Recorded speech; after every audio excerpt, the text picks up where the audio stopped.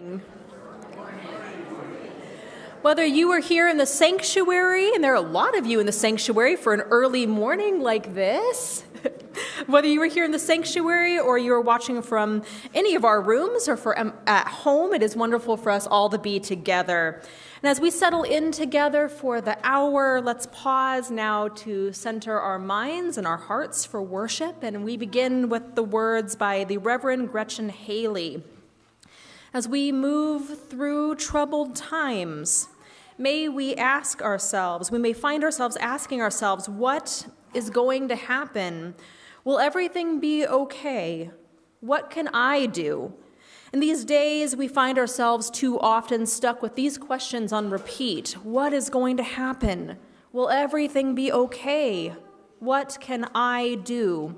We grasp at signs and markers, articles of news and analysis, Facebook memes and forwarded emails as if the new zodiac, capable of forecasting all that life may yet bring our way, as if we could prepare, as if life ever made any promises of making sense or turning out the way we thought, as if we are not also actors in this still unfolding story. For this hour we gather to surrender to the mystery, to release ourselves from the needing to know, the yearning to have it all figured out already, and also the burden of believing we either have all the control or none. Here in our song and our silence, our stories and our sharing, we make space for a new breath, a new healing, a new possibility to take root. That is courage, forged in the fire of our coming together and felt in the spirit that comes alive in this act of faith, that we believe still a new world is possible, that we are creating it already, here and now. And so come, my friends, and let's worship together.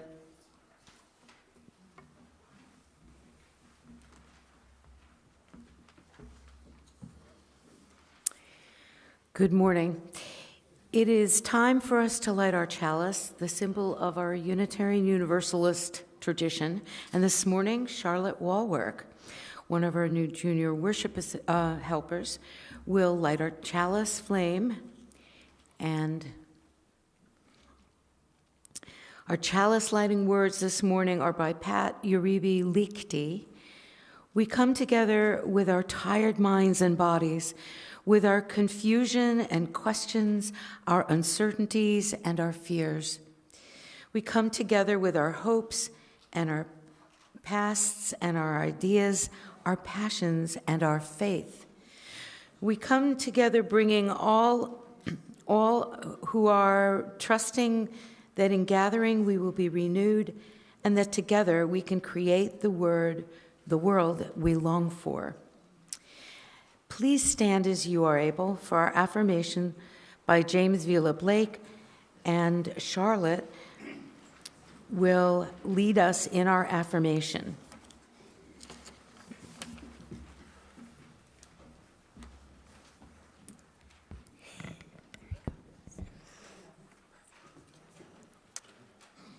Please repeat after me. Love is the spirit of this fellowship. Love is the spirit of this fellowship. And service is its law. And service is its law. This is our great covenant. This is our great covenant. To dwell together in peace. To dwell together in peace. To seek the truth in love. To seek the truth in love. And to help one another. And to help one another. Thank you, Charlotte. Would you please remain standing? I didn't get here fast enough. Sorry about that. For our opening hymn, and if any of our junior worship helpers would like to help us lead our hymn, please come up now. Our opening hymn today is a special song written by this congregation's Betsy Burr, who passed away a little over a week ago. It's called "We Are the River."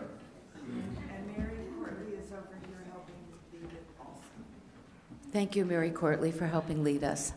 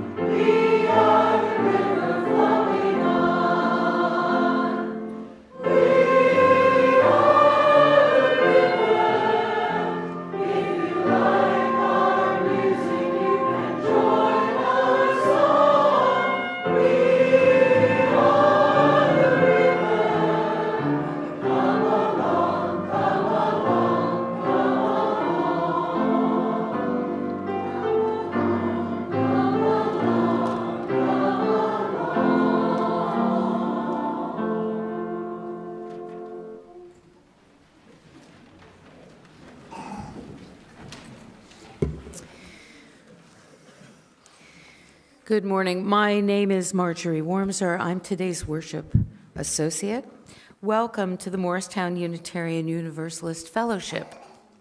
Welcome especially to any newcomers, returning members, and anyone who has joined us online today. If you're tuning in live on Facebook or YouTube, please say hi in the chat and the comments, and we're delighted to have you with us. We are a community of many ages, and we all worship together. You can join us in many ways on Sundays, including online, here in this sanctuary, or from the library, which is just outside these doors and to the left, as well as from room 100 for a quieter experience, or our newly formed family room for families with little ones. Our newly formed family room is out these doors immediately to the right, formerly known as the dining room, but it's a wonderful space. The family room is especially great if you need a space to talk, soothe a crying infant, get the wiggles out. Our service is live streamed there as well as in the other rooms, so you won't miss a thing. Children of all ages are always welcome in our services, and we now offer the additional option for families with very small children between the ages of 9 months to 5 years, child care for crawlers and toddlers. Parents, if you find yourself in need of child care at any point during the worship today, please bring your little one to room 201 up the stairs, immediately at the top of the stairs. We always have exciting things happening here at Morristown UU. Today, I want to let you know about a change in our order of service that we're experimenting with in the next 2 weeks to help our service flow a little more smoothly and allow adequate time for worship and ensure that the information about same-day events stays fresh in our minds. We will be sharing announcements about the fellowship activities at the end of the service during our new Minutes for Ministries. And that's right before the exit music, so be sure to stay tuned to that time. And again, welcome. We are so glad you are here today. All right. Can I have some friends? I need to tell a story. Anyone want to come up and chat with me about being thirsty? It's actually more than that. Come on up here. Livia, you gonna come up or you gonna stay there? You good? Okay. See some others coming over. Okay. Hey, sit down.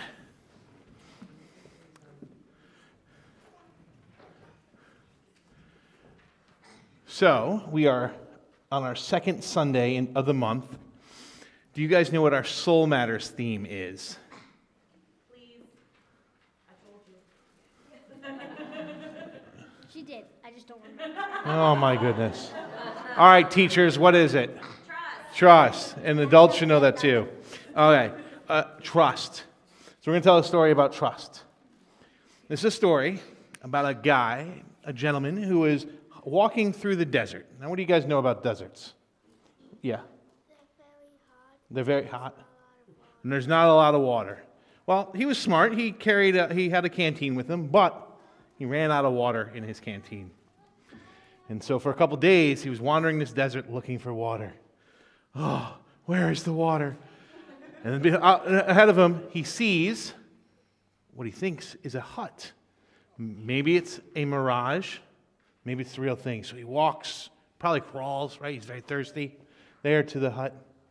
And it's real. He's very excited. This isn't a mirage. He goes, at least I can get out of the sun. I'm going to go in there. And he goes inside, and not only is he out of the sun, but there's a water pump in there. One of those old-fashioned ones. You guys ever seen those at like Foster Fields or something like that, where you like pump it up like that? And he goes, oh my goodness, there's water. I'm going to go in there. And he grabs his canteen, and he puts it under, and he starts cranking on it. And it takes a little minute to get those things started. But he keeps going, and nothing's coming out. Nothing, no water. And he's bummed. So he just sits down, and he's like, oh man, what am I going to do? And he notices in the corner of the room, there's a bottle of water. And he goes over to that bottle of water, and it's got a note on it. Bottle of water's got a lid on it. It's got a little note. It says, use this water to prime the pump. Do you guys know what that means? So in those pumps like that, you got to put some water in them first to start, and then they'll suck up all the other water, right? If it's just air, it doesn't work. So there's this bottle of water with a lid on it. It says, use this to prime the pump. And he goes, oh, well, I could get all the water I want, or that the well could be empty. But here is this bottle of water. What should I do? What would you guys do? Get all the water I want. Get all the water you want? You would pour that water into the pump and hope that it's got water in the bottom of it? It's a desert. It's a desert? I know. That's why I'd be a little nervous about it. What do you think, Paisley? If the water, just take a little bit so the other people could have Oh, just take a little sip and then leave it there so other people can have it? That's very nice. Yeah. Only pour some of it in the well, just in case. Only pour some of it in the well. Well, what is this month's theme? So what do you think he did? He trusted the thing on there. He nervously poured it in there. And who knows, it could have just gone into the dirt, into the sand, and get lost forever, or it could have primed the pump. So he pours it in there, and he starts cranking on it, and like I said, it takes a little while to get these things started. Well, all of a sudden he starts hearing little gurgling noises. And then it goes, and then he hits it, and all the water starts pouring out. And he's got all the water he wants, right? And he starts drinking it. He's filling up his water bottle. He's throwing it on himself, getting himself nice and cool. And then when he's all done, he remembers the bottle that was there with the note. He says, I better fill this up for someone else because he's going to be nice like that, right? So he fills it up. He puts it on there. It's got the little note on there, and he has a thought. And he looks around, and there's actually a pencil in there and a couple other things in there. You know, these hiking sheds that leave water and pencils in them. He takes the note that says, pour this for the thing, and he writes on the bottom of it, trust me, it works. So the next person will trust him. Do you think the next person will? I don't know. Let's hope so. Probably not. Yeah. If you trust me, I feel like it's encouraging you to not trust him. Oh, there you go. That's some things we might have to unpack a little bit more. When she said, when someone says trust me, it feels like we shouldn't trust you, which is maybe not a bad instinct. Yeah, right? But today we're going to talk about how trusting each other can get each other through hard times, right? When we trust people around us, and how even when it's even more so when in hard times when it's difficult and we're scared and worried about not getting enough to drink or enough whatever, it's going to be hard to trust people we don't know, right? We're going to talk about that a little bit more. Reverend Sasha's going to talk about that. Okay? Sound good? How could he be hot if in the nighttime it gets really cold in the desert? Oh, that's true. Well, you guys are very smart. It does get very cold in the desert. In the daytime, it gets very hot. You're right. I don't know. There's a lot of holes in this story, isn't there? You guys are too smart. All right, let's go sit down. All right? Just find shit.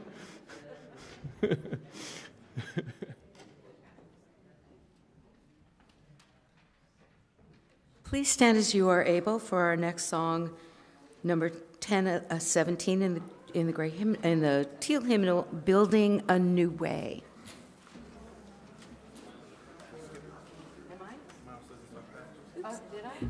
Sorry, that's incorrect. We are going to actually have milestones and passages now. I'm so sorry. You're fine, you're fine.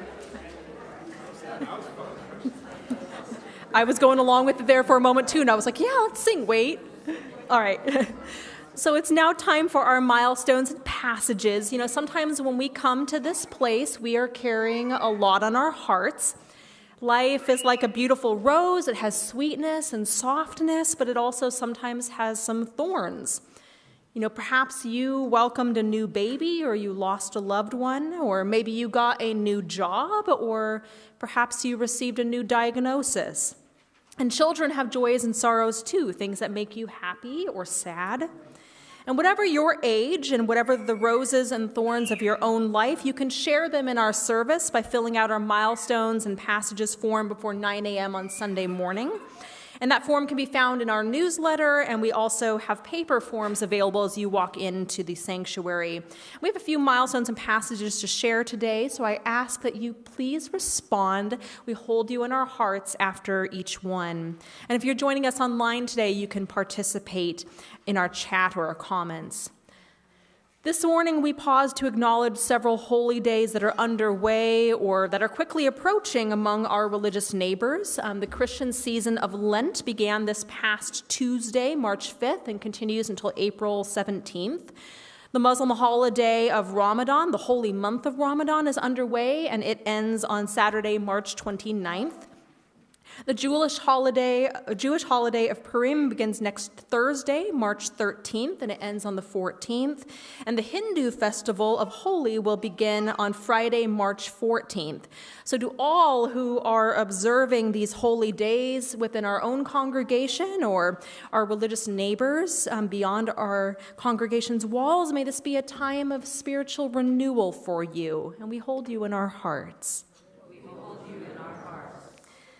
Carrie Davis shares, next weekend I will be heading out to Arizona for a celebration of life. The maiden of honor in Tim and my wedding unexpectedly lost her husband following complications related to neck surgery. They have 2 young adult children who were able to be with him when he passed. Please keep their family and friends in your thoughts and prayers. We hold you in our hearts. And the Board of Trustees shares gratitude for our Gateways team. This team met last week for a luncheon to celebrate their 10-plus years of working together and to mark the milestone that our capital project is drawing to a close. Gateways team, we are so grateful to you for managing our project so expertly and helping us transform and update our beautiful campus. Thank you to Helene Firm, Steve Parker, Sandra Persichetti, George Hayes, and David Horst. We hold you in our hearts. Yes.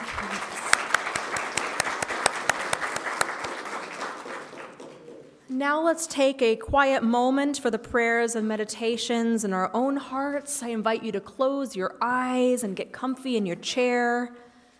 Breathe and hear the breaths of the people around you, this community holding you. Feel the spirit of life holding all of us together in this moment. And let's take a moment of silence.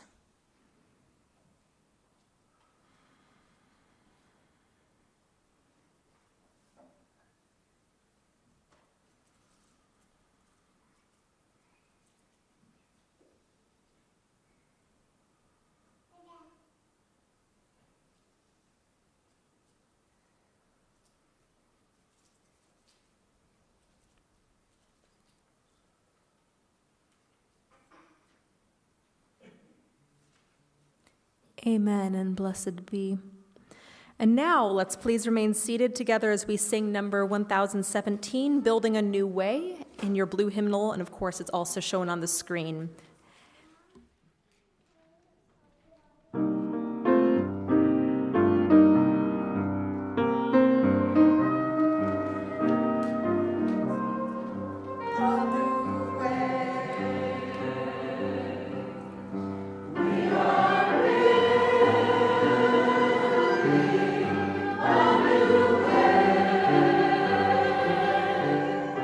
We are building a new way.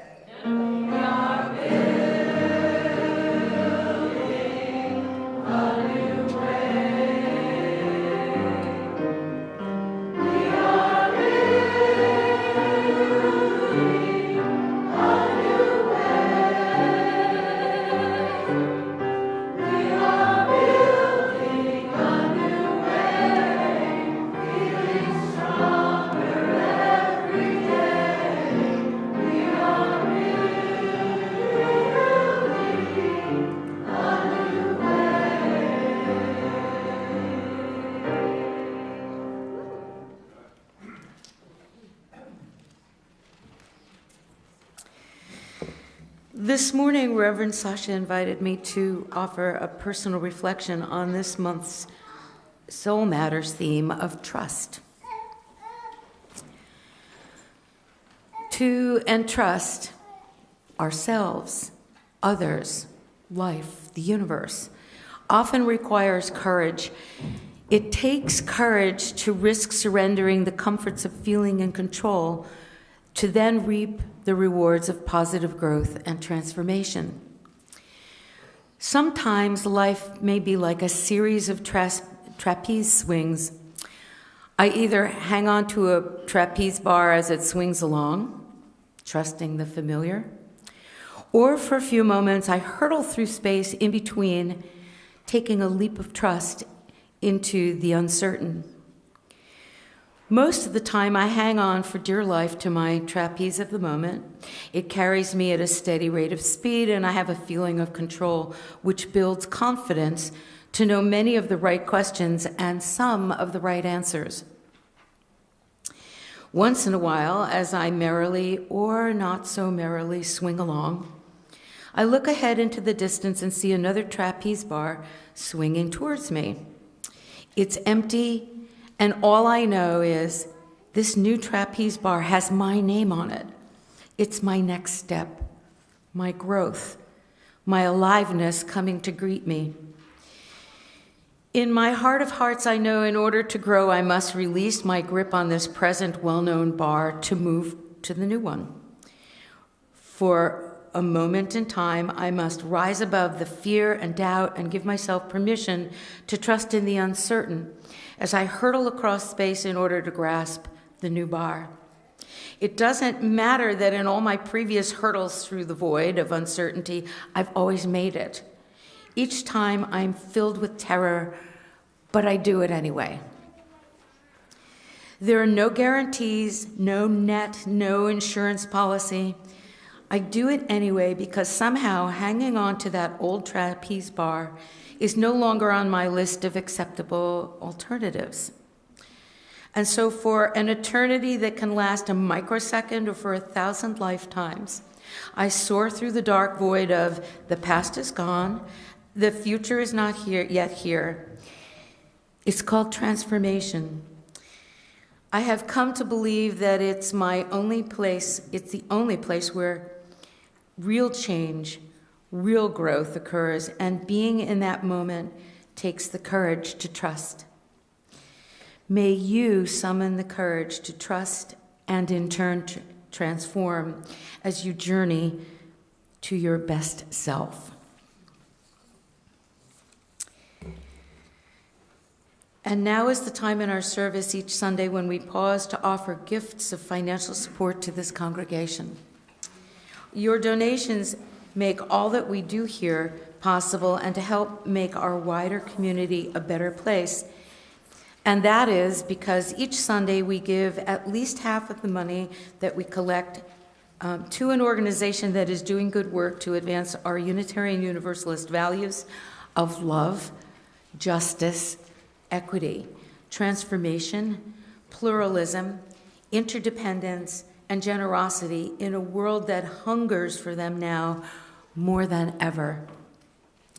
Today's offering will be split 50-50 with Family Promise, transforming the lives of families and individuals by serving our community through all stages of life to prevent or end homelessness and housing insecurity. You may give in our collection plate or by following the instructions printed on your order of service and shown on the screen. Thank you so much for your generosity.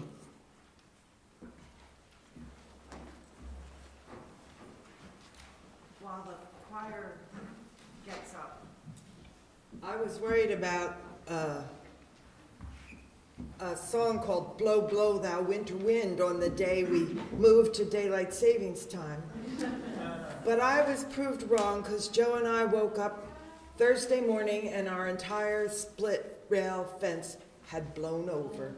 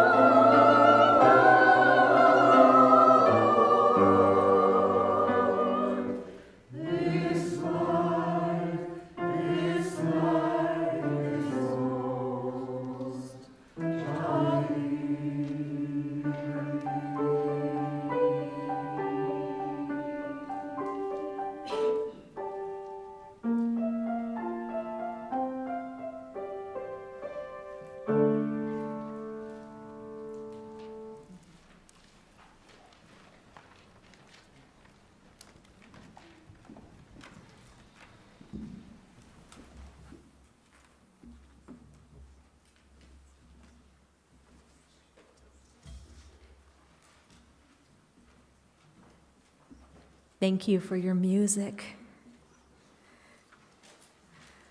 So I love our Soul Matters themes. I love the way that they always get me thinking about the month's theme in my own life as I prepare for the Sunday service. And this month's theme of trust has been on my mind a lot this week. And as an experiment, I have been paying attention to my own trust responses, and the exercise has been enlightening, especially when wandering around on social media. And I'm wondering if I can show you some examples of this.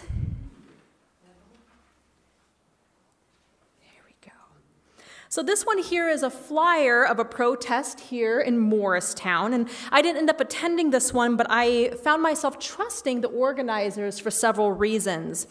First, I heard about this protest from people that I know and I trust, and that helps me trust this event too. And it's sponsored by local organizations that I recognize, so I trusted it to align with my values.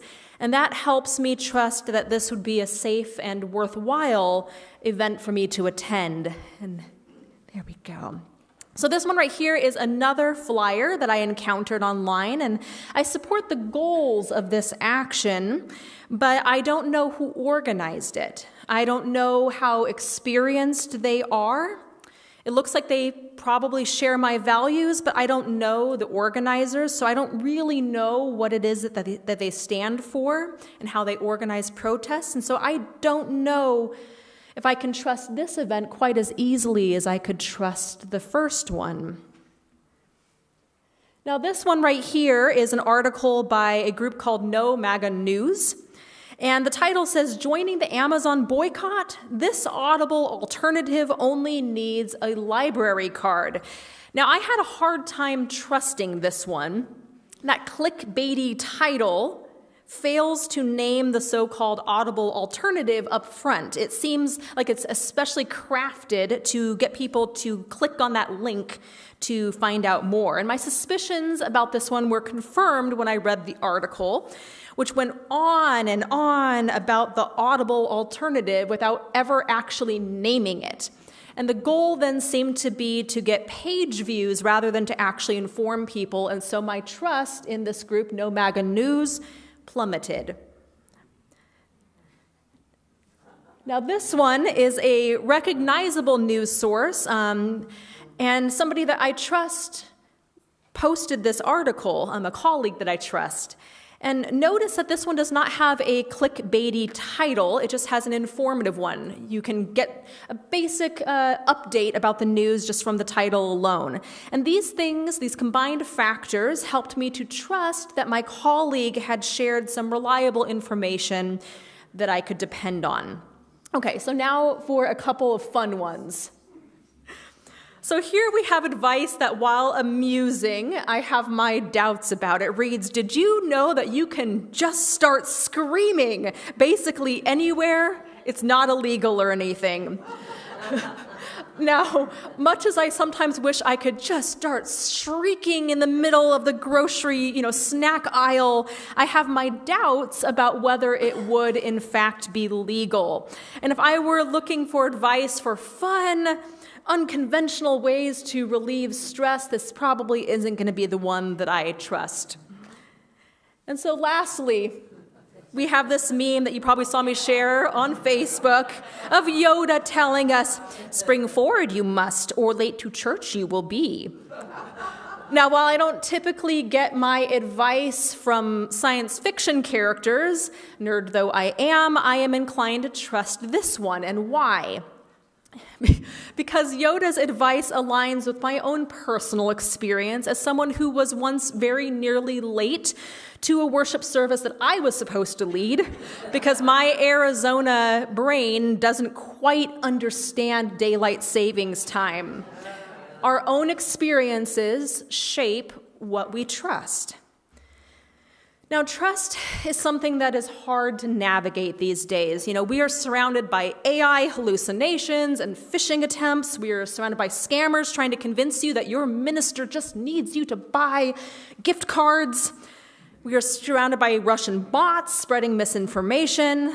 Social media platforms have purged their fact checkers, making it harder to know which information is trustworthy.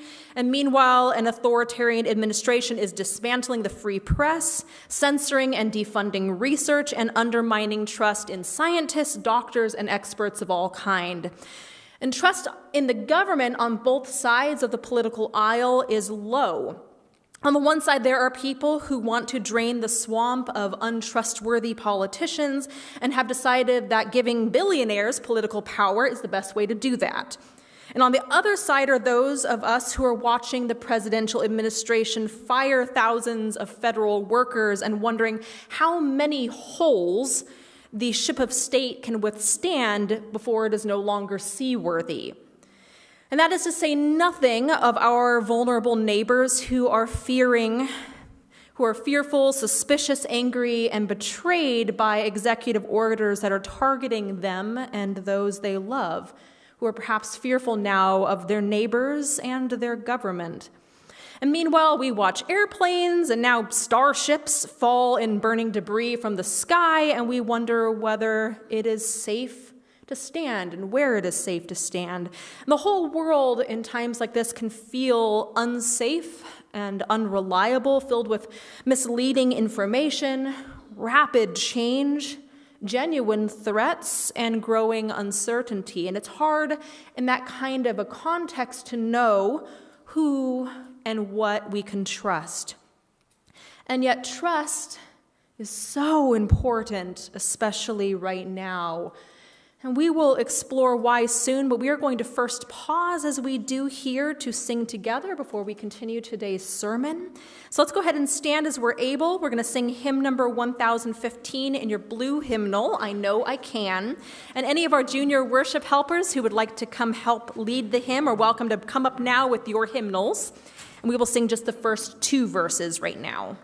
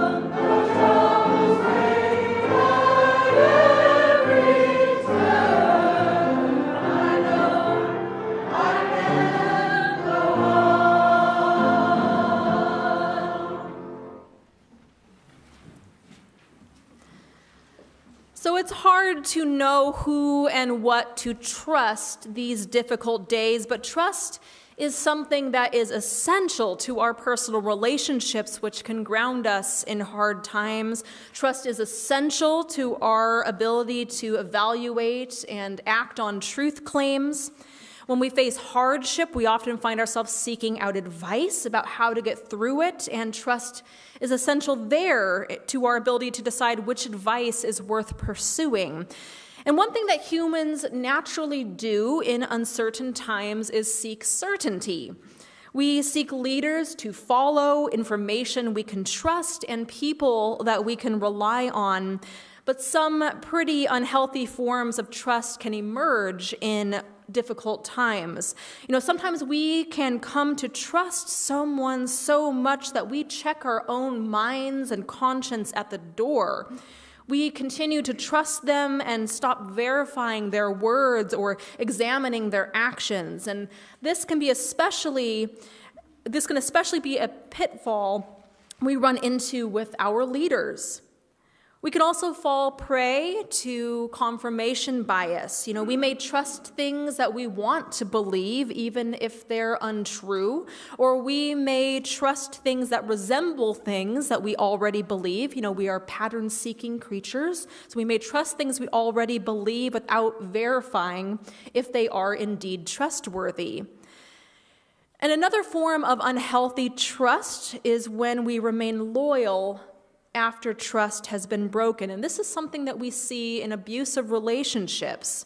The abuser violates their victim's trust, then regains it by luring them into a false sense of security, sometimes called a honeymoon period, and then violates it again and again. And this is a pattern that we can see with individuals as well as institutions.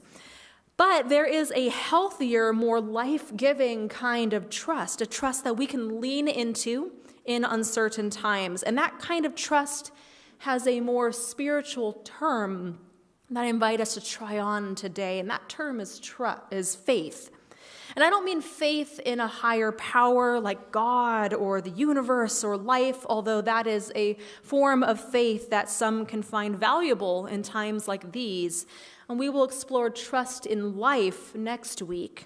But today, I mean faith in the sense proposed by my colleague, the Reverend Galen Gierengrich, who was the former minister of the Unitarian Church of All Souls in Manhattan. And he said, faith is a commitment to live as though certain things are true, and thereby help to make them so.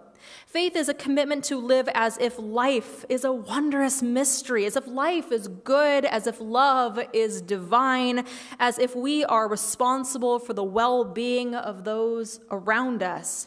Faith is a leap in the moral imagination that connects the world as it is to the world as it might become.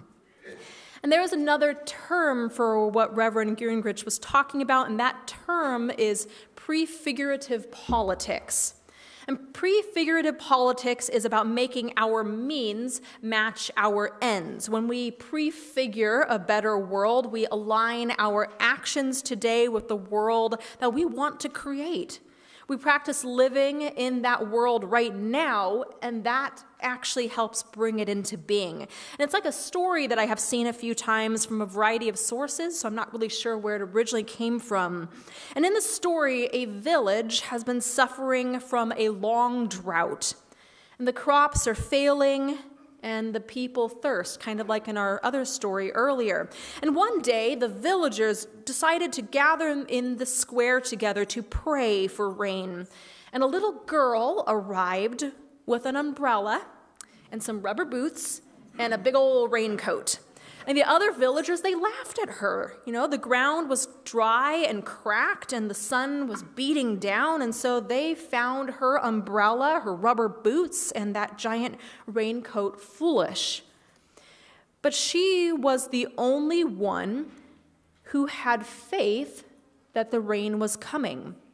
And she was living as though it was already pouring. And so we're going to continue the sermon in a moment, but first let's go ahead and return to our hymn. We're going to stay seated for this one because we're only going to sing one verse, verse 3.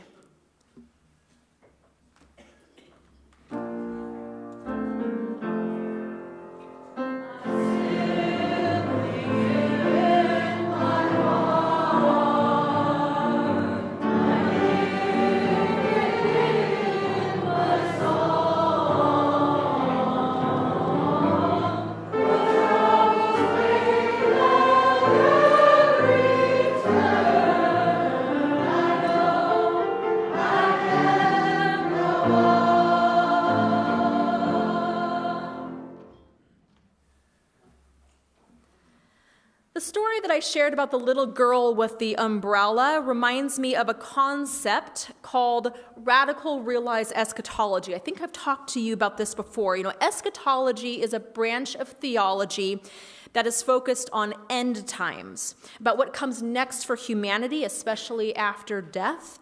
And many eschatologies say that we go to heaven when we die.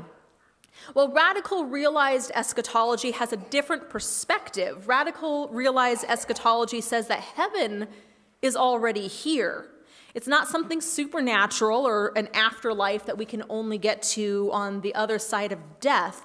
Instead, it is a better possible world that is right here with us right now, just waiting to flourish into full being. It is like seeds that are scattered beneath our feet and just need to be watered, or an open door that we just need to walk through. It is here, but to live in it, we have to live into it. If we trust that the idea of radical realized eschatology maybe has something to it, if we trust that another world really is possible and that it is worthwhile to live as though it is already here, then what we are doing is living with faith. We are living with a deep trust that prefigures the better world that we want to create. So what does that mean when it comes to deciding how to trust other people in uncertain times? So for one, it means finding people who share your faith that a better world is possible and building stronger, more trusting and trustworthy relationships with those people. It means sharing trusted wisdom and resources with one another, survival wisdom, and our vision about what a better world can actually be like. And it means relying on one another to do our part, to each do our part to build that world by embodying our values in the way that we live. That is faith, friends. And one way we can live our faith in our congregation here is through our covenants, our right relations promise. Covenants help us to practice living in that better possible world as a community.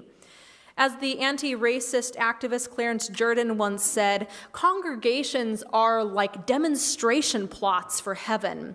Here we practice what living in heaven on earth might be like, and in doing so, we help to usher it in.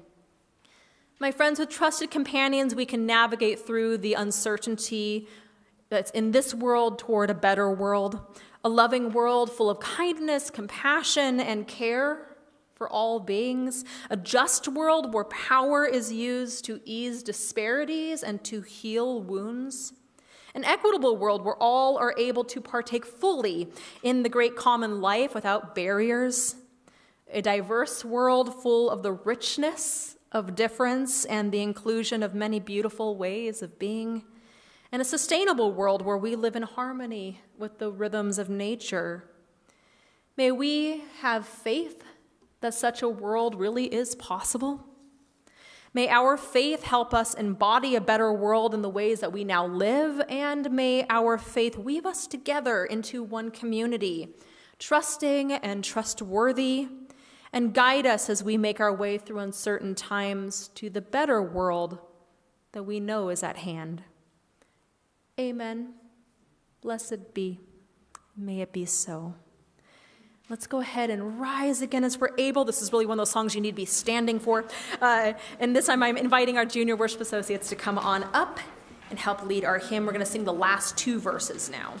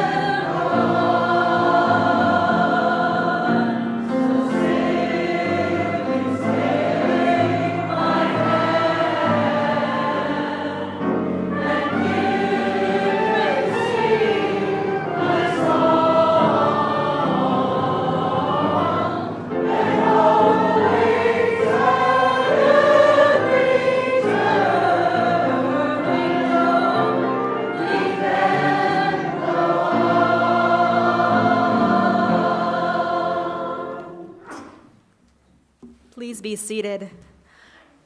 It's time now for us to bring our time of worship to a close, and though we extinguish our chalice flame, its light will continue to burn in our hearts. And as we prepare to go out into our daily lives, I leave you with the words of the Reverend Angeline C. Jackson. May we remember that trust, like love, grows in small moments, in promises kept and confidences held, in boundaries respected and amends made, in showing up again and again. May we be brave enough to risk trust, patient enough to build it slowly, and gentle with ourselves and others when it breaks. Amen. Blessed be. And when you go, go in peace.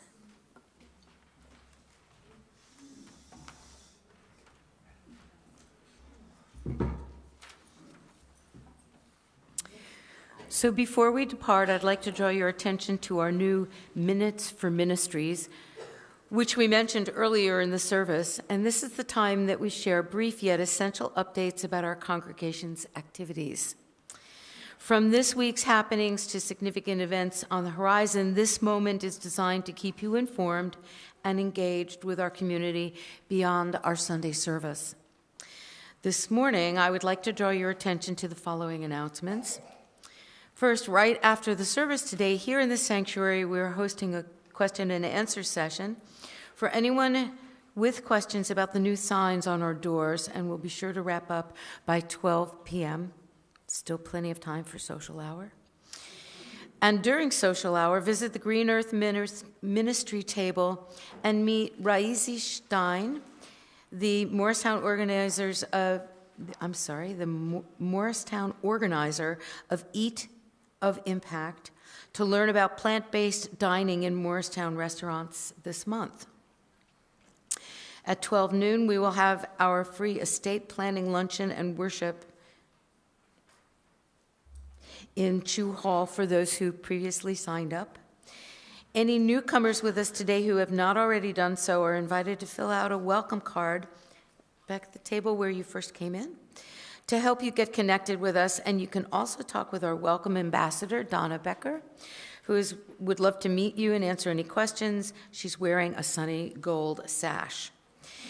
Anyone needing a caring presence this morning will find a compassionate listening ear with one of our lay pastoral care associates. I'm looking for, that person will be available in the library, straight out the doors to the left.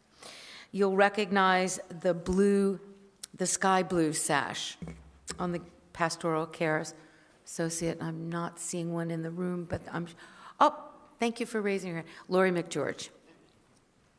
Full details about these and many other activities can be found on the back of your order of service, in our weekly e-newsletter, or on our website, muuf.org.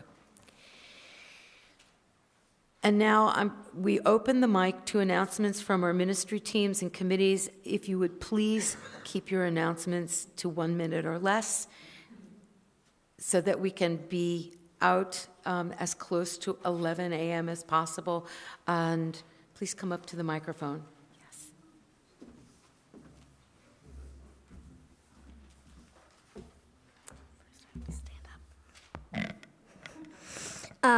As you may or may not know, every year there is a kid-run talent show.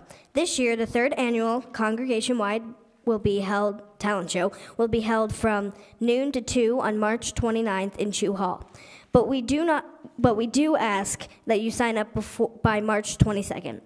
A sign-up sheet will be in the main hall in a little bit.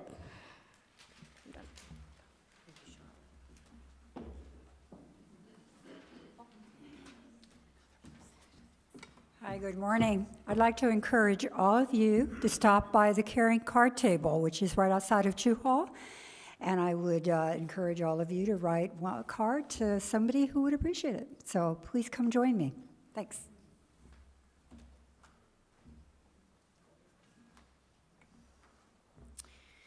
Please join us now for our exit song, which is by our late member Betsy Burr. It's called My Favorite Room.